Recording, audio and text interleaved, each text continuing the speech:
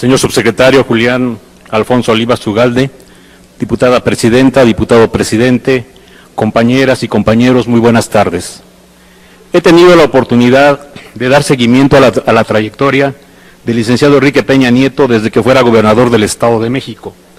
Desde aquellos tiempos han sido claras las contradicciones en temas como la transparencia y la rendición de cuentas.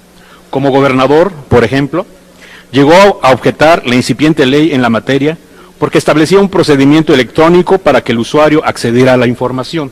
Y aunque en sus primeros años adoptó la decisión correcta de entregar su cuenta pública a cada diputado de la legislatura del Estado en versión electrónica, en la segunda mitad de su gobierno, después de que se publicaron diversos estudios que impulsamos sobre la misma, bajó la cortina y promovió lo que hasta hoy prevalece en el territorio mexiquense, que se acceda a ella hasta que el órgano de fiscalización entregue su informe. Y hoy lo vemos presidiendo la Alianza por Gobiernos Abiertos. Y no podemos menos que recordar lo que han manifestado diferentes órganos jurisdiccionales del orden internacional. El respeto de los gobiernos a los derechos de la población y el cumplimiento de sus obligaciones no se satisface por la simple existencia de leyes y procedimientos administrativos formales. Las obligaciones se cumplen cuando los principios y los derechos son práctica cotidiana en el ejercicio público y estándar de comportamiento de todos los funcionarios en todos los niveles. Y la actual Administración Federal no ha cumplido con los compromisos públicos que formuló en materia de transparencia y acceso a la información. En el informe que hoy analizamos se reporta solo lo que es consecuencia de la consolidación de la cultura legal, de las instituciones y procedimientos de licitación. Pero estas son formalidades esenciales y necesarias, es cierto, pero insuficientes para detener una práctica generalizada de corrupción que pretende justificarse como rasgo cultural de la clase política que ocupa la administración pública. La Convención Interamericana contra la Corrupción, en su artículo 3, establece la obligación de que los Estados partes de crear, mantener y fortalecer normas de conducta para el correcto, honorable y adecuado cumplimiento de las funciones públicas. Estas normas deben estar orientadas a prevenir conflictos de intereses y asegurar la preservación y el uso adecuado de los recursos asignados a los funcionarios públicos en el desempeño de sus funciones. A pesar de que esta es una obligación para el Estado mexicano, el Gobierno de la República carece de mecanismos efectivos de supervisión para prevenir y sancionar estas malas prácticas. ¿De qué nos sirve que el Código de Ética de la Presidencia de la República señale como obligación de sus funcionarios el atender siempre a la verdad y generar una cultura de apego a ella, si hay casos como el del señor Jesús Ramírez Stavros, quien ocupó el cargo de coordinación de vinculación, mientras se desempeñaba al mismo tiempo como integrante del Consejo de Administración de Iberdrola? ¿Es este el mensaje que la Oficina Staff de la Presidencia envía a la Administración Pública en su conjunto?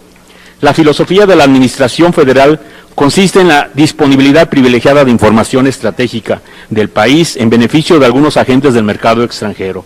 ¿Qué medidas adoptará la Secretaría para investigar no solo de este exfuncionario, sino de oficio la posible existencia de otros funcionarios en situaciones similares o equiparables? ¿Qué sanciones se promoverá para él, pero sobre todo para quien lo contrató, sin asegurarse debidamente de la probidad y el cumplimiento de los requisitos legales del exfuncionario? A la luz de este tipo de revelaciones es que puede entenderse por qué empresas como OHL obtienen contratos públicos muy importantes como el tren interurbano México-Toluca. ¿Acaso se filtra desde las oficinas públicas la información sensible o estratégica a las empresas del régimen? Espero que en sus intervenciones nos informe en cuántos concursos ha participado OHL en lo que va de la actual administración y cuántos contratos ha obtenido. Y espero que nos pueda enviar la relación puntual de los mismos. Explíquenos, por favor, también si la función pública establece vínculos de coordinación con otras dependencias nacionales y extranjeras y si se han realizado alguna investigación precautoria sobre esta empresa y sobre las denuncias e investigaciones existentes en España sobre sobornos y financiamientos ilegales a actores políticos a cambio de contratos públicos. Los constantes conflictos de intereses que prevalecen en el país explican que en el Barómetro Global de la Corrupción 2013 se aprecia una opinión generalizada en Estados Unidos, Argentina, Chile y México en el sentido de que la influencia indebida de los grandes intereses privados es considerada como frecuente. Quiero concluir con datos más. El índice de competitividad internacional presenta a nuestro país estancado con una calificación de 32, en una escala en la que 0 es muy alta y en las 3 mediciones realizadas en 2009, 2011 y 2013, en esos años se ha deteriorado nuestra medición en los sectores Derecho, Medio Ambiente y Gobierno. Según el Índice Latinoamericano de Transparencia Presupuestaria 2011, nuestro país no llega ni a la mitad del indicador y las capacidades del órgano de control externo se sitúan en el lugar número 19.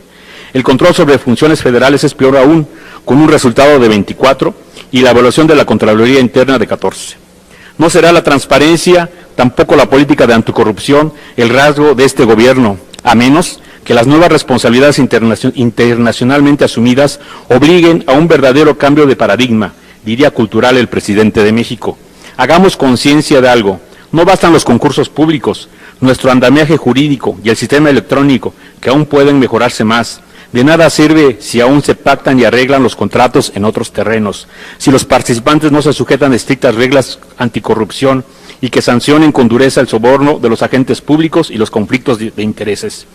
Bien valdría la pena utilizar experiencias extranjeras, asimilar medidas que sancionen estas prácticas corruptas para que no pesen dudas sobre los titulares de la Administración Federal, por las grandes fortunas familiares que no se reportan en las manifestaciones de bienes y que muchas veces relucen con el brillo de los relojes, bolsas o vehículos de alto lujo.